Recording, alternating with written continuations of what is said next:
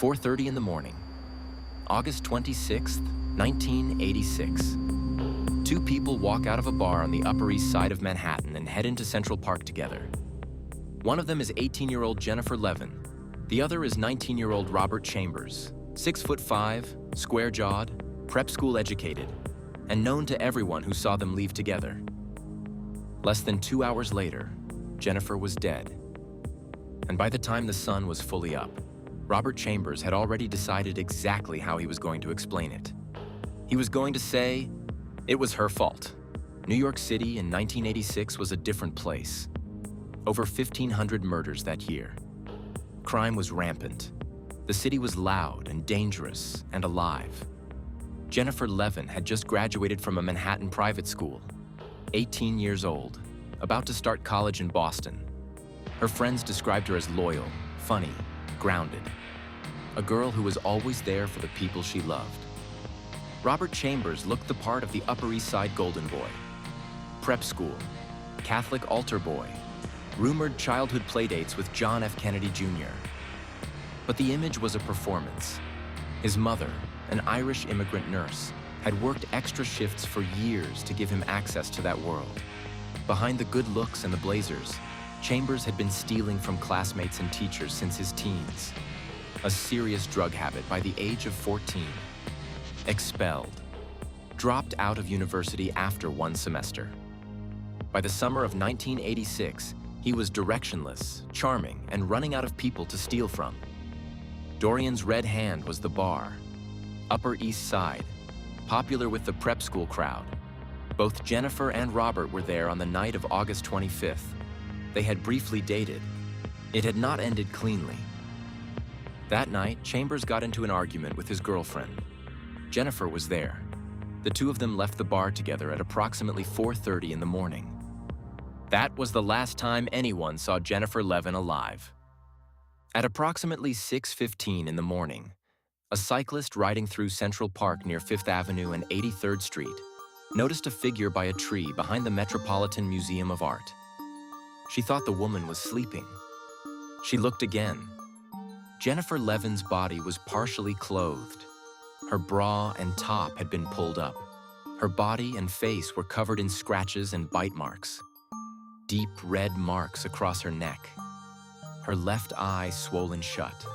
Her fingernails bruised, indicating that in her final moments, she had tried to pull down whatever was strangling her. She had fought. Hard.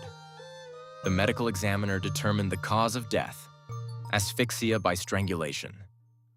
As investigators began canvassing the scene, one witness recalled seeing a man nearby. Tall, watching from a wall as the body was discovered. Chambers had not fled. He sat and watched as Jennifer was placed in a body bag. When police told him to leave, he went home and went to sleep. When detectives arrived at his apartment that afternoon, they saw his face immediately. Deep, fresh scratches on both sides. Chambers told them his cat had done it. His cat, it turned out, was declawed. Chambers agreed to come in for questioning. He changed his story multiple times in the space of a few hours. First, he didn't leave the bar with Jennifer. Then, when witnesses confirmed he did, he said she had gone to buy cigarettes. Jennifer didn't smoke. Then he said she had led him into Central Park and it had been her idea. Then came the version he would stick with. He said that Jennifer had tied his hands behind his back with her underwear and forced him into a sexual encounter he did not want. He said she had hurt him. He said he had reacted by grabbing her neck just to push her off him, and that she had flipped backwards and hit the ground, and he realized something was wrong. Then he left, without calling 911, without trying to help her.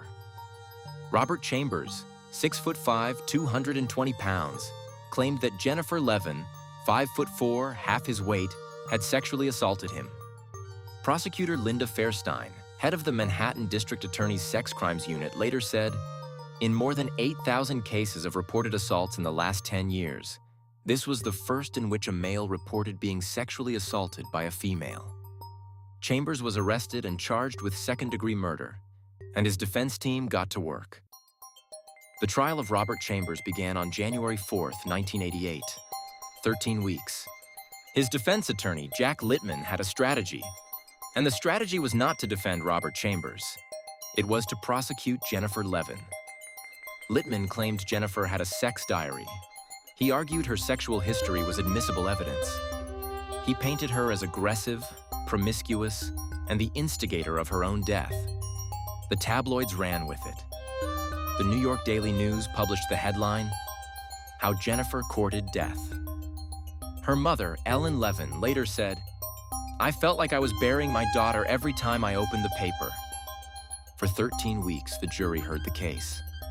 Then they began deliberating. 9 days, they could not agree.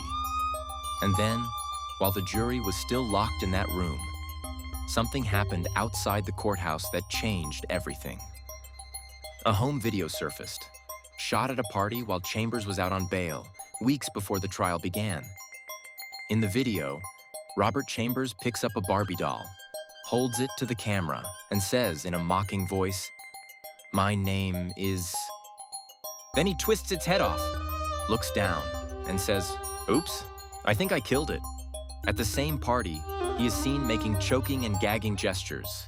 The tape was broadcast nationally. Jennifer's grandfather called it the most damaging indictment of how he killed his granddaughter. On March 25th, 1988, day 9 of jury deliberations, Robert Chambers abruptly accepted a plea deal. First-degree manslaughter, 5 to 15 years. In court, he said, "It breaks my heart to have to say that. The Levin family has gone through hell because of my actions, and I am sorry." He received the maximum, 15 years. Chambers served every single day of his sentence. Prison officials noted he had committed enough infractions inside to forfeit any chance of early release. He walked out on Valentine's Day, 2003.